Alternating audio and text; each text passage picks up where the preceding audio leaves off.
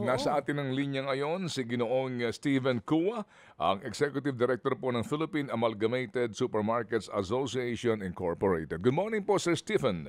Stephen, I'm sorry. Good morning. Magandang umaga, Ted. Yes, morning. Good morning po, Sir Steven. Yeah. Ito nga po dito, good morning Yes. po. Sa utos Mm. po ng Pangulong Marcos Jr. dito sa Department of Trade and Industry na wag pong aprubahan ang anumang price increase sa mga basic at prime commodities hanggang sa matapos ang taon. Kasama po dito sa price freeze yung mga pangunahing produkto tulad ng sardinas, canned meat, gatas, tinapay, kape, noodles at maraming iba pa. Ano muna ang reaksyon po ng inyong grupo dito? Well, there was a price freeze until October, I think, no? So, tinuloy na naman yung price freeze. So, parang sinabihan na wag na kayong magtaas forever, di ba? Ah, Oo. Short term, syempre it's good for the people, di ba? Hindi nagkakaproblema ang tao na taas ang presyo ng bilihin aside from syempre gasolina, kuryente, no, at iba pa. Pero in the long term, it's not gonna help the economy, no? Kung ganun tayo ng ganyan. Kasi yun na nga, free enterprise kailangan pabayaan mo magtaas yung mga kilalang brands, di ba? Tingnan mo kung bibili pang tao, di ba? Kung meron pa sa yung hangganan ng bulsa ng taong bayan kung kaya pang bumili ng produkto nila. At the good side of this thing is that of doing that is that papasok ang new players kapag ibig sabihin, good side of allowing them to increase prices or to let prices flow no freely is that may papasok na players na mas mura competitively and probably quality wise too. Oo. Pero Sir Steven, sa madaling salita, susunod kayo sa utos na ito ng Pangulo.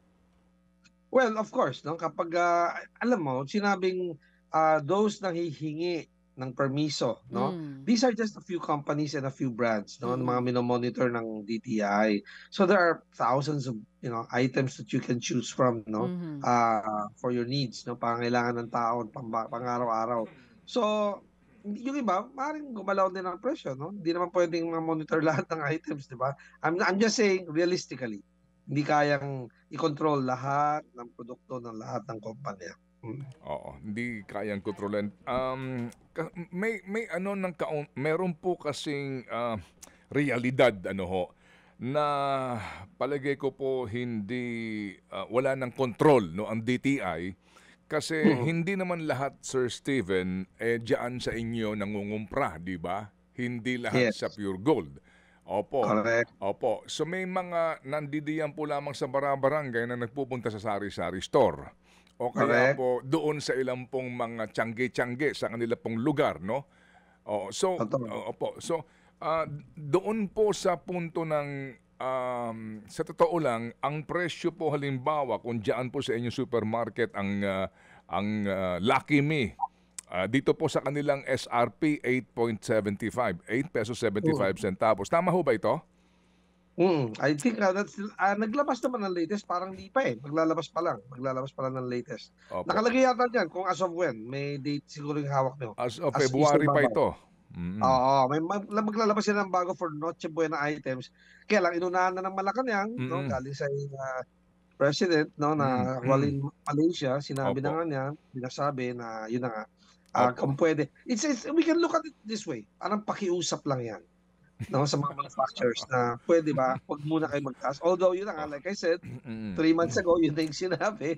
Dahil may, tsaka alam mo naman, may lindol, may bagyo, at kung ano na mga dumating, di ba? Mm. So, pwede sabihin may gera na naman, di ba? Although Mm. there are good news, no? Like yung the conflict between Cambodia and Thailand, no? Medyo inaayos na nga, no?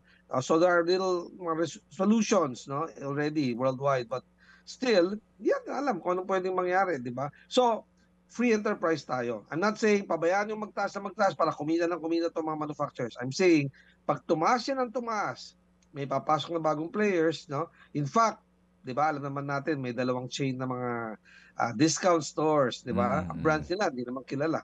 So, pwede silang gumalaw ng presyo nila, di ba? Pagkakataon, pag nakikita nilang, pinigil ang mga major brands. So, di tayo, taas tayo. See? So, you can only do so much. Pero pakiusap, yes, naintindihan Okay, ko. sige. Na pwede. Ito, balikan ko lang, Sir Steven. Ito ho bang noodles sa inyo, halimbawa, yung brand na binanggit ko, ito ho kasi Yes. as of Feb pa ito, no? Yes. 8.75. Ngayon po, magkano na ito? 10 piso na? Ano 8.75 pa rin. Hanggang In ngayon. most stores, yung mga sumusunod, yung mga nagko-comply. No? Okay, pero pag bumili ka sa sari-sari store, 12 ito eh. 11-12 Ah, usually. Opo, may mga ganun pong mga reports. Minsan nga po, well, 10 piso, may 11, may 12. So basically po, maaaring dyan sa inyong supermarket ay ganito ho yung presyo. Pero pagdating nun sa mga barabarangay, yun na po yun. Ano? Wala nang kontrol ng gobyerno doon. At doon nga po ang reklamo ng taong bayan. Kasi hindi naman sila nangungumpra dyan eh. Wala naman silang pera na mag-grocery. Di ba? Kung hindi, ang kanila po is ang pagbili nila Yung sa pinakamalapit na halos tindahan din. pang-araw-araw na Oo, oo. pangangailangan. What do you say, sir? Ted, pinaka-importante, sense of volunteerism. Okay, number one, pwede lapitan ng barangay para sabihin na, bakit ganun ang presyo dito? Ngayon, kung ang sari-sari store, nasa ibabaw ng Taal Volcano at meron doon, may tindahan doon, di ba? Ay napakalayo. The cost of bringing the goods up there, justified naman siguro. Di ba? Kaya lang, on the other hand, may choice ang consumer. Huwag mong bilhin yung brand na yon. Bumili ka ng ibang brand, I'm sure merong mas mura. And alam ko na meron, di ba? So, mayroong mga gustong pumasok sa merkado natin, no? Ibenta yung kanilang brand, kaya lang di makapasok dahil yun na nga, talagang namamayagpag ang mga leading brands, no? Because of commercials, endorsements, no? Social media, no? Kaya lang yun na nga, by allowing them to adjust their prices, they will not go for they will be afraid of losing market share. That is already reason enough for them not to continuously increase prices or continuously decrease the quantity of their product. Oo. Sir Steven, sabi nyo kanina, Yes, Chuck. pakiusap ito ng Pangulo. So siguro may Mm. mga susunod, pero meron ding ilan na matitigas ang ulo. Mm. Paano po ba yun? Hindi naman kasi po pwedeng magdikta lang dahil meron din Yes. pong mga computation na ginagawa itong mga kumpanya na ito? Very good point. Di tayo communist state, di tayo socialist state, no? Tayo ay isang capitalist state, no? Free enterprise, no? Like I said, di ba? Hindi pwedeng diktahan ng negosyante. Lalo na, naghahabol ng buwis palagi ang gobyerno. At ngayon, lalo na, tao, tamad na tamad magbayad ng buwis because of what's happening, di ba? Medyo naiinis ang mga negosyante magbayad ng buwis, doon lang pala napupunta. Di ba? So, yun na nga, they have to be fair and they have to think of the long term. Ang hirap maging, part ng gobyerno, no? Kasi the short term and the long term of it. You have to please the people. Naku, may unrest na, hindi na happy ang tao. Pero on the other hand, paano naman ang negosyante? Paano naman ang employment? Nagtaas din ang salaries ng tao, di ba? Nagtaas din ang cost of production. So, you just have to let it go. Kasi kapag masyadong pigil sa negosyo, no, sa manufacturers, no, and distributors and supermarkets, no, ang presyo, ang pag-control, quote unquote, price control ng tawag dyan eh, no? It'll stifle the economy in the long run. So, That's why again, I'm saying, I just like to say this, that yes. sana mag-isip tayo continuously until the next few administrations and not only the current palagi. Oo. Kumbaga pang long term sana ang isipin, wag yung ganito. Correct. Pero kung kayo po ang tatanungin, ano po Yes. sanang suhestyon ninyo para syempre maproteksyonan yung consumers at hindi rin naman po maagrabyado itong mga retailers and manufacturers natin? Educate the consumers. Give them power to choose. Di ba? Like I said, yung dalawang chain na lumabas, di ko sinabi doon kayo mamili. It's your choice. But again, may choice ba? Yes, may choice, di ba? So, hindi yung agad susunod tayo kung ano yung gusto ng ating paboritong, idol or artista, no? Or endorser, di ba? So again, of course, I'm not saying don't believe in advertisements. It's your choice also, di ba? Pero yun na nga, we have the power to choose as consumers. Opo, sige. Kayo din ho ba may binebentang bigas dyan sa inyo pong supermarket, Sir Steven? Yes, Opo, may opo. konting bigas. Ano Limited. ho ang inyong komento rito? Kasi may mga reports na yung imported rice nagmamahal. Meron nga po report na may mga ilang pong palengke hanggang ₱5 ang idinagdag po doon sa kanilang mga premium rice. Mhm. Again, the cost of doing business, no? Nagtataas ang kuryente, nagtataas ang sweldo ng tao, no? Mhm. So, my comment again is may power of choice tayo, no? Mamili tayo. Mhm. Makinig tayo, magtanong tayo sa ating kapitbahay. Mare, saan ba kayo bumibili ng bigas ninyo? Di ba? Pare, saan bang mas murang bigas? Di ba? Magtanong-tanong tayo. Kasi yun na nga, in the end, yung nagtaas ng ₱5, pag nakitang nangalahati ang customers niya, mag-iisip siya, baba na natin ang presyo. Ganun lang naman yan eh. Pero kayo ho ba, wala kayong problema sa supply ng ano bang inyong ibinebenta? Imported rice, right? Alam mo, Ted, di na namin alam kung saan galing ang rice eh, di ba? As long as the price is right, di ba? As long Aha. as the price is right, okay na, tuwa na si customer, di ba? Ay, Mhm. aalamin mo ba talaga kung saan galing? Ang sabi sa akin ng isang embahada ng isang bansang nagbebenta, nag-aalok ng Hmm. bigas sa Pilipinas, sa atin, pati kayo kumukuha sa amin. Yung kinukunan yung bansa, sa amin lang binibili, you see? So, Mm. I said, I do not know why pinapaboran yung mga bansang kinukunan natin. Baka naman, alam mo na, di ba? Mhm. Oo. Well, Mm. so kayo po, you buy it sa 50 kilogram per sack and then you rebag it? Yes, in most cases, that's what happens, no? Opo. Although meron namang dumarating na in 3 kilo packs, no? Meron Mm, namang mm. gumagawa ng ganyan. These are Mhm. middlemen, no? Para, abot kaya sa taong bayan. Okay, sige po. So again, sa pangkalahatan po, Sir Steven, not to talk about ito pong basic necessities and prime commodities per DTI list, no? Ang Mm. presyo po ng ibang commodities talaga ho bang nagtaasan na? Halimbawa, toothpaste, no? Yung pong mga sabon, yung sanitary napkin, yung pangangailangan po ng tao, ng mga ating mga kababayan, nagtaasan na po din naman, di ba? Pati alcohol, pati pangmumog. Ito ho kasi ngayon ay basic na po sa buhay ng ngayon ng ilang mga pamilyang Pilipino. Di ba nagtaasan na po sila talaga, di ba?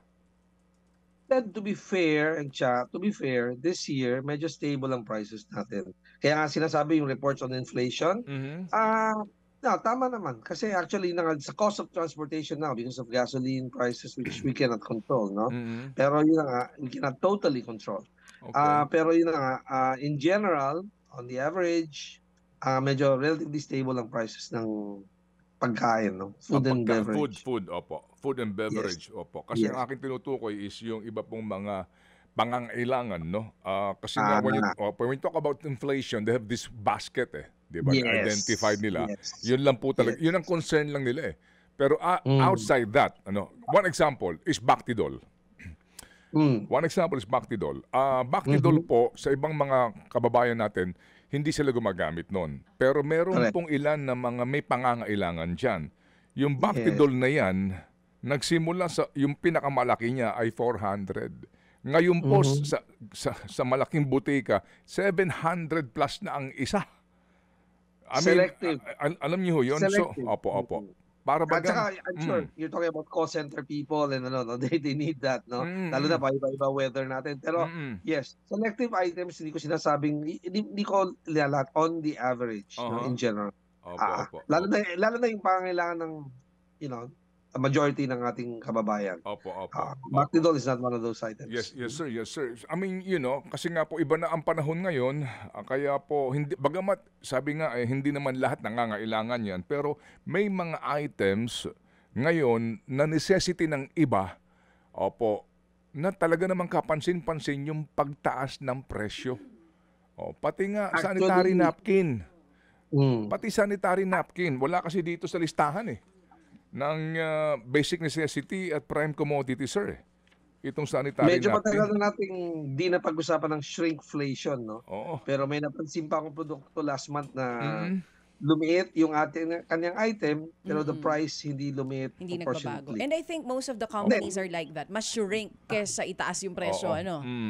Correct. Oo. Kasi Kasi naman yung presyo, Cha. Kaya lang hindi proportionate. even po yung paborito kong sardinas, pag wala ka may ulam, napansin ko po lumiit din, tsaka kumonti yung laman sa loob. Hindi na siya kagaya nung dati. Oo. Oo. Okay. Tama po, ano, That sir? is partially, Cha, and partially that is one of the results of price control. Okay. O sige Yeah. po. Well, anyway, at least nakuha po namin ang inyong pong panig dito po sa usapin na ito. Kasi nga sa ngayon, sa gitna ng, alam niyo ho, sigurado ako, kabisado niyo ito nangyayaring skandalong ito sa korupsyon. Nabanggit nga ni sir. Huwag natin, Kaya medyo hirap ng ang negosyante na ano ba dapat natin gawin, di ba? Nakita naman natin all this corruption going on, and every day the reports, the investigations, no? And yet they're asking us to, tighten our belts, no? Kumbaga, how do we do this? How do we rope tightening act, no? Kumbaga, rope tightening, yeah. Opo. Sige, so we'll keep in touch, and we wish you Merry Christmas, sir. Despite everything. Kaya ngayon may ibang order for Christmas. Ngayon pa lang, order na sila hoping that prices will be steady. Yung mga for baskets. Oo, ngayon pa lang. Natitigurado na sila. Yes. Ako, pass muna ako dyan. Wala pang undas, ha? Wala pang undas. Sige. Have a Salamat good po. day. Have a good Salamat, day, Sir Ted. Steven. Mabuhay po. Thank you. Have a good day. Salamat. Yes. Sige na, Steven. Kuha po ang Executive Director ng Philippine Amalgamated Supermarkets Association. Mga kapatid, brothers and sisters, saan ka pa? Dito na tayo sa totoo. Dito na tayo sa True FM. Mga kapatid, mag-subscribe and follow po kayo sa social media accounts ng True Network PH. Yan po kami. Hanapin nyo lang True Network PH, Facebook, Instagram, YouTube, TikTok, and podcast. Mapa Apple or Spotify man yan, mahahanap nyo kami. Lahat ng mga napapanood at napapakinggan nyo po sa programa, nasa social media accounts namin yan. So, paano mga kapatid? See you sa social media!